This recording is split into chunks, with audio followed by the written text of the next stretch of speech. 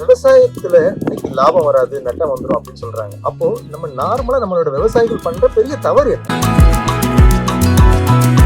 நம்ம விவசாயிகளுக்கு என்ன பெஸ்ட் ப்ராக்டிசஸ், அதாவது இதை கடைபிடிச்சா வியாபாரத்தில் லாபம் பார்க்க முடியும் அப்படின்னு நீங்க என்னென்ன வகைகள்லாம் சொல்லுங்க?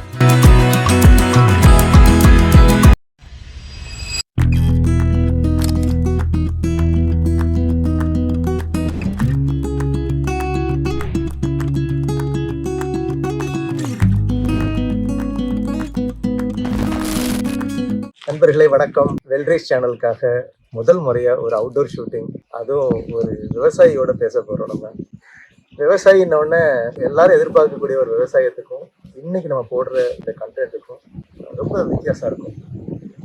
இப்போ நாம இருக்கிறது பார்த்தீங்கன்னா கோலச்சேரி அப்படிங்கிற ஒரு கிராமம், மாம்பாக்கத்தோட பக்கத்துல இருக்கு.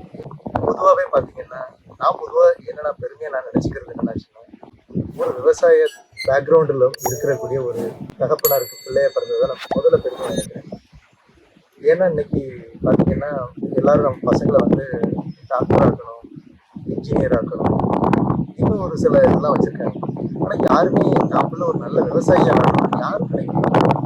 இன்னைக்கு உலகத்தில் இருக்கிற எல்லா ஜீவராசிகளும் விவசாயிகளோட கன்சியூமரை பொருளை உபயோகப்படுத்தி நம்ம வாழ்ந்துட்டு இருக்கோம். ஆனால் விவசாயிகளோட நிலைமை நம்ம கேட்கவே வேண்டாம்.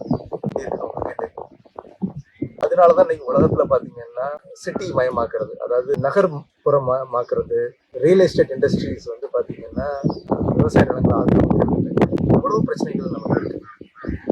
ஏன் நம்ம ஒரு இந்த பர்டிகுலர் விவசாய இன்னைக்கு நம்ம என்ட்ரி பண்றோம் அப்படின்னு ஒரு ஐடி துறையில ஒரு பெரிய பொசிஷன்ல இருந்துச்சு, கை நிறைய ஒரு வருமானம் வாங்கிக்கிட்டு இருக்கக்கூடிய ஒரு பொசிஷனை விட்டுட்டு இல்ல விவசாயத்துக்கு வந்திருக்காரு. நமக்கு இதுல என்ன பெரிய கியூரியாசிட்டி அப்படின்னாச்சுன்னா, இப்போ டெக்னாலஜி உங்களுக்கே தெரியும், ஒரு டிஜிட்டல் சொல்யூஷன்ஸை வச்சு நம்ம உலகத்துல என்னென்னையும் டிஜிட்டல் சொல்யூஷன்ஸ் நம்ம கொடுத்துட்டு இருக்கோம். அவர் விவசாயத்துக்கு என்ன ஒரு புதுமையா பண்றாரு, அதுல என்ன லாபம் பண்றாரு, அவர் பண்ணக்கூடிய அந்த புதுமையில விவசாயத்துக்கு ஏதாவது ஒரு நல்லது விஷயம் நம்ம பண்ண முடியுமா, இதுல ஒரு நல்ல விஷயம் விவசாயிகளோட பிரச்சனைக்கு நம்ம சால்வ் பண்ண முடியுமா அப்படிங்கிறதுக்கு தான் இந்த பதிவோட நோக்கமே. இந்த பதிவோட மொத்த அப்ஜெக்டிவே அதுக்காக தான் நம்ம மீட் பண்ண வந்திருக்கோம். அவர் பேர் செந்தில்குமார். முதல்ல நான் அப்ஜெக்டிவ்லாம் சொல்லிட்டேன். செந்தில்குமாரோட ஃபர்ஸ்ட் கேள்வி நான் என்னதான் இன்ட்ரோடக்ஷன் கொடுத்துருந்தா கூட அவர் சைடு அவர் என்ன இன்ட்ரோடக்ஷன் அவரை பற்றி சொல்லணும்னு நினைக்கிறாரு, அது ஒன்று. இன்னொன்று, இந்த ஒரு ஐடி வேலையை விட்டுட்டு இப்படி வர்றதுக்கு ஏன்னா மக்கள் எல்லாருமே கஷ்டப்படாம வாழணும்னு நினைக்கிறாங்க. ஆனா உங்களுக்கே தெரியும் விவசாயம் எவ்வளவு கஷ்டம். நம்ம வீட்டுல ஒரு கிளீன் பண்ணும்போது ஒரு 10 நிமிஷம் மேல குனிஞ்சு இது பண்ணும்போது முதுகு பிடிச்சிக்குது அது சொல்றோம் நம்ம. ஆனா இங்க வெயில் இருந்து வேலை செய்யணும். அப்படி ஒரு துறையை அவர் எடுத்து அது சக்சஸ்ஃபுல்லா வந்துட்டு இருக்காரு அப்படின்னு வச்சுன்னா, அதுக்கு பின்னாடி நிறைய விஷயங்கள் இருக்கும் இல்லைங்களா? அதை பத்தி தான் நீங்க சுவாரஸ்யமா பேச போறோம். செந்தில், உங்களை சந்திச்சு சார் ரொம்ப சந்தோஷம். முதல்ல உங்களை பத்தி சொல்லுங்க. ரெண்டாவது, இந்த துறைக்கு வர்றதுக்கு மெயினா உங்களுக்கு எது தூண்டுதல், அவர் ஆர்வமா இருந்துச்சு அதை சொல்லுங்க. பேர் செந்தில்குமாருங்க.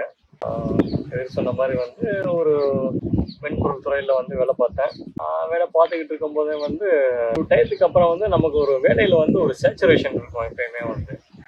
அதுக்கு அடுத்து ஒன்று நீங்கள் உங்களையே அதே இடத்துல தக்க வைக்கணும்னா புதுமை ஏதாவது பண்ணணும், இல்லை உங்கள் பாஸ் என்ன எதிர்பார்க்குறாரோ அவருக்கு கீழே அலைன் ஆகி நீங்கள் போயிட்டே இருக்கணும். வேலையில் தக்க வைக்க முடியும். இல்லைன்னா அந்த இடத்துல உங்களுக்கு ஒரு சிக்கல் இருக்கும். எனக்கு அதில் பெரிய சிக்கல் கிடையாது. எனக்கு ரொம்ப பிடித்து தான் வேலை பார்த்தேன். வேலையும் நல்லா இருந்தது. ஒரு டீம் செட் பண்ணுறதே எனக்கு ஒரு பேஷன் அண்ட் ஹாபின்னே சொல்லலாம். எப்பயுமே ஸ்க்ராட்ச்ல இருந்தால் டீம் செட் பண்ணுறதே வழக்கமாக வச்சுருந்தேன். எல்லாமே நல்லா தான் போயிட்டு இருந்தது. ஆனால் நம்ம பார்த்தீங்கன்னா ஒரு காலகட்டத்துக்கு அப்புறம் நலம் மனநலம் அப்படின்ற ஒரு விஷயம் என்னதான் பிடிச்ச வேலை பார்த்தாலுமே உடல் நலத்துக்கும் மனநலத்துக்கும் நம்ம அந்த அளவுக்கு நேரம் ஒதுக்கிறதோ இல்லை முக்கியத்துவம் கொடுக்கறதோ கிடையாது. நம்ம வேலை வேலை வேலை அப்புறம் ஃபேமிலி கமிட்மெண்ட், இதுக்குள்ள ஒரு சின்ன வட்டத்துக்குள்ளதான் நம்ம இருப்போம். அதை விட்டு வெளியே போறது ரொம்ப சிரமம்ன்ற விட போறதில்லை பெரும்பாலும். அப்படி ஒரு சூழ்நிலையில தான் ஒரு காலகட்டத்துல என்னென்னே பார்த்தப்போ, நம்ம உடம்பு எப்படி இருக்கு, மனசு எப்படி இருக்குது, நம்ம ஒரு இத்தனை வயசுல எப்படி இருந்தோம், இந்த வயசுல எப்படி இருக்கணும், இன்னும் ஒரு 10 வருஷம் கழிச்சா நம்ம எப்படி இருப்போம் அப்படின்றதெல்லாம் வந்து யோசிக்க ஆரம்பிச்சேன். அப்போதான் வந்து சரி நம்ம உடல் நலம் அப்படின்ற ஒரு விஷயத்த வந்து முக்கியமான பொருளா எடுத்து அதுக்கு என்ன செய்வோம் அப்படின்னு ஆரம்பிச்சாதான் வந்து இதோட முதல் கட்டம். ஆரம்பிச்ச உடனே வந்து விவசாயத்துக்குலாம் உள்ள வரல, நல்ல ஒரு உணவை தான் வந்து தேடி போனேன். ஏன்னா நம்ம வந்து உடம்புன்றது வந்து உணவு சார்ந்தது தான். உணவு வந்து நல்ல உணவா இருக்கணும் அப்படின்றதுக்காக ஒரு முயற்சியில் அந்த பயணத்தை வந்து ஆரம்பிச்சேன். அப்போ பார்க்கும்போது எது நல்ல உணவு, எது எப்படி சாப்பிடணும், எது எங்கே கிடைக்குது, எல்லாமே வந்து ஒரு தேடுதலுக்கு போய் நிறைய விஷயங்களை பார்க்கும்போது அதுவும் வந்து கொஞ்சம் மாறி ஆரம்பிச்சது, கிடைக்க ஆரம்பிச்சது. அந்த ஒரு வாழ்க்கை முறை வந்து கொஞ்சம் கொஞ்சமா மாத்திக்கிட்டே இருந்தேன். ஒரு கட்டத்துக்கு அப்புறம் எத்தனையோ கடைகள் இல்லை, எத்தனையோ விவசாயிகள் இல்லை, எத்தனையோ இடங்களுக்கு போயிட்டு ஒவ்வொரு பொருளும் வாங்கி வாங்கி நம்ம பண்ற விட வந்து நம்மளே வந்து சின்ன சின்னதா வந்து உற்பத்தி பண்ணலாமே அப்படின்ற ஒரு எண்ணம் வந்து தானா வர ஆரம்பிச்சிடும். இதை நம்ம பிளான் பண்ணி வந்தது கிடையாது. இன்னொரு விஷயம் என்னன்னாக்கா, நல்ல முதல் தலைமுறை விவசாயி. எங்கள் குடும்பத்தில் வந்து விவசாய பின்னணி யாருக்கும் கிடையாது. எங்கள் கூட்டங்காலத்தில் வந்து நல்லா வச்சு விவசாயம் பண்ணியிருக்காங்க, ஆனால் அவர் பண்ணது கிடையாது. எனக்கு சின்ன பிள்ளை காலத்தில் வந்து எங்கள் கூட்டம் விட்டு போன சொத்துல வந்து அவங்க குத்தகைக்கு எடுத்தவங்க வந்து எங்கள் தாத்தாவுக்கு வந்து கொஞ்சம் கொடுக்கல் வாங்கல்லாம் வந்து பண்ணுறதுக்காக வீட்டுக்கு வந்திருக்காங்க. அவங்களெல்லாம் பார்த்துருக்கேன். அப்படி இருக்கிறப்போ வந்து முதல் தலைமுறை விவசாயம் பற்றி பெருசாக தெரியாது, இருந்தாலும் செய்வோம் அப்படின்னு போனதுதான். இப்படி வந்து ஆரம்பிச்சாதான் அவங்க அந்த விவசாய வாழ்க்கைன்றது. இன்னைக்கு இதை வந்து நான் ஒரு காலகட்டத்துக்கு அப்புறம் வந்து அது எப்படி வந்து இதை வந்து நம்ம தொடர்ந்து பயணம் பண்ண முடியுது, இதனால இதில் என்ன லாபம் கிடைக்குது, இல்லை எதுக்கு இந்த கடினமான வேலையை பார்க்கணும் அப்படின்னு ஒரு சிம்பிள் பழமொழி. இது வந்து சுகி சிவம் அவர்கள் சொன்னது, கஷ்டப்படாமல் இருக்கு கஷ்டப்படுங்கள் அப்படின்னு. அது வந்து எனக்கு ஒரு கட்டத்துல வந்து ரொம்ப ஒரு மனதை ஆழமா வந்து சென்ற ஒரு சொல். அந்த கஷ்டப்படாமல் இருக்கு கஷ்டப்படுறதுதான் வந்து நான் இன்னைக்கு பண்ணிட்டு இருக்கேன். நானும் ஆங்கிலத்துல கர்மா தீர்ல சொல்லுவாங்க, கஷ்டப்படாம இருக்கிறது கஷ்டப்படுங்க அப்படின்பாங்க. கரெக்டா சொன்னீங்க. இப்போ நம்ம செந்தில்குமாரையா சொன்ன மாதிரி அவருக்கு பார்த்தீங்கன்னா பிரதானமானது சுவாசிக்கிற காத்து, அதுக்கப்புறம் அந்த உணவு தான் அவருக்கு பெரிய டர்னிங் பாயிண்ட். நாம சாப்பிட்ற உணவு உணவா சாப்பிட்றோம், அதோட ஆர்ஜினை தேடி போயிருக்கிறாரு.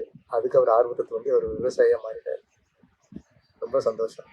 இப்போ எல்லாரும் ஒரு விவசாயிட்ட கேட்குற கடைசி கேள்வி, நான் முத கேள்வியாவே நான் வைக்கிறேன். விவசாயம்னாலே அது லாபம் தர்றதில்லை, அது கடனாயிட ஆயிடுவாங்க, இப்படிதான் பொதுவாக சொல்லப்படுறது. அதனாலதான் யாருமே பார்த்தீங்கன்னா விவசாயத்துக்கு பக்கம் போறதில்லை. நம்மள எப்படியாவது படிச்சு ஒரு கம்பெனிக்கு ஒரு 5000 10,000 வேலைக்கு மேல போயிடுவானான்னு பாக்குறாங்களே தவிர விவசாயம் பண்ண நிலம் இருந்தா கூட பண்ண மாட்டேங்காங்க. தரிசு நிலங்கள் அவ்வளவு இருக்குது.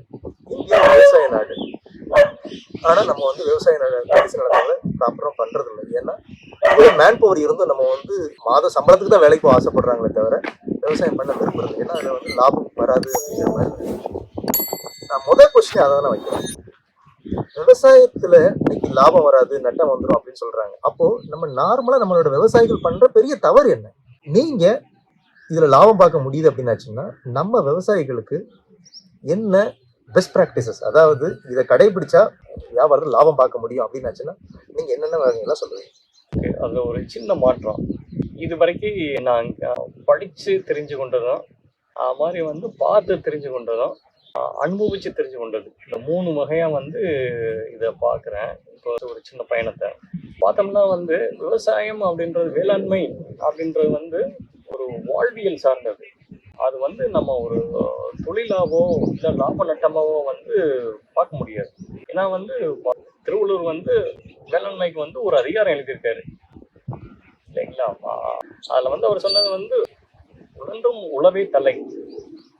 அது என்னதான் வந்து சிரமமான விஷயம், அவர் காலத்திலயுமே வந்து அது கஷ்டம் இல்லை சிரமமானது அப்படின்றது வந்து அவரும் வந்து விவசாயம் சிரமமானதுதான். அப்போவே வந்து அந்த மாதிரி இருந்திருக்கு. இன்னைக்கு வந்து அது புதுசா வந்து கிடையாது. இன்னைக்கு வந்து அதை விட வந்து ரொம்ப எளிமையான வேலைகள், அதாவது உடல் ரீதியா எளிமையான வேலைகள் வந்து இவ்வளோ வந்துருச்சு. ஏன்னா கம்பெனிக்குள்ள போயிட்டாங்க, ஒரு 4 சுவத்துக்குள்ளேயும் ஒரு கூரைக்குள்ளேயும் வந்து உட்கார்ந்து 10,000 சம்பளம் கொடுக்குறாங்க. ஆமா, எல்லாமே வந்து ஒரு நிழல்லையும் ஃபேன் காத்துலையும் இல்லை ஏசி ரூம்லயும் உட்காந்து வேலை பார்க்கறதுனால வந்து அது ஒரு எளிமையான வேலையா வந்து மக்கள் எல்லாம் பார்க்க ஆரம்பிச்சிட்டாங்க. அது மாதிரி வந்து ஒரு நிரந்தர வருமானம் கூடவோ குறையவோ, அது 10மோ 10லையோ ஆனால் வந்து உங்களுக்கு வந்து மாதமானம் வந்து எனக்கு கையில் வந்து இவ்வளோ ஒரு பணம் கிடைக்கும் அப்படின்ற ஒரு சூழ்நிலையில தான் வந்து மற்ற வேலைகள் வந்து நல்லது இல்லை, அது ஒரு பெட்டர் ஆப்ஷன் அப்படின்ற மாதிரி போகிறாங்க. மற்றபடி வந்து நம்ம எது சிறந்த வாழ்க்கை முறை இல்லை வாழ்வியலுக்கு வந்து எது உகந்தது அப்படின்னு பார்க்கும்போது நம்ம முன்னோர்கள் வாழ்ந்தபடி வந்து வேளாண்மை வந்து தலையான தொழில். தொழில்ன்றதை விட வந்து ஒரு தலையான வாழ்க்கை முறை. ஏன்னா வந்து வேளாண்மையை சுற்றி தான் வந்து எல்லாமே வந்து கட்டமைச்சிருக்காங்க. ஒரு வேளாளர் இருக்காரு, அவருக்கு வந்து ஏர் செய்யணும்னாக்கா ஒரு வந்து ஆசாரி இருந்திருக்காரு, அவருக்கு தேவையான பாத்திரங்கள் கலையங்கள் இதெல்லாம் செஞ்சு கொடுக்கறதுக்கு வந்து ஒரு பெரியவர் இருந்திருக்காரு. அதுக்கப்புறம் வந்து தேவையான வந்து புதிர் மரச்சாமான்கள் இதெல்லாம் பண்றதுக்கு இன்னொரு ஆசாரி இருந்திருக்காரு. அதுக்கப்புறம் கூடு மற்ற இதெல்லாம் செய்யறதுக்கு வந்து ஒரு குள்ளர் இருந்திருக்காரு, மண்வெட்டி தலைமுட்டி இந்த மாதிரி விஷயங்கள் செய்யறதுக்கு. அதுக்கப்புறம் வந்து அவர் பொருளை வந்து வாங்கி விற்கிறது வந்து ஒரு வாணிகர் இருந்திருக்காரு. அதுக்கப்புறம் வந்து அவர் விளைவித்து பொருளை வந்து மதிப்பு கூட்டுறதுக்கு வந்து ஒரு குழு இருந்திருக்காங்க. அதுக்கப்புறம் வந்து அதை வந்து அந்த பருத்தி இலையை வந்து ஆடையாக்குறதுக்கு ஒரு நெசவு சார்ந்த குடும்பத்தை கூட்டம் இருந்திருக்கு. இப்படி வந்து எல்லாருமே வந்து ஒரு வேளாளரை சுற்றி தான் இயங்கியிருக்காங்களே தவிர வந்து எல்லாருமே வந்து தனித்தனியாகவும் இல்லை வந்து அவங்க கம்ப்ளீட்டாக வந்து இண்டிபெண்டாகவும் வந்து இருந்தது கிடையாது. எல்லாமே வந்து ஒரு வேளாளர் அப்படின்ற ஒரு புதிய சார்ந்து தான் வந்து இருந்திருக்காங்க. அப்படின்றப்போ வந்து அவங்க வந்து ஒரு முக்கியமான ஒரு பங்கு வச்சிருக்காங்க.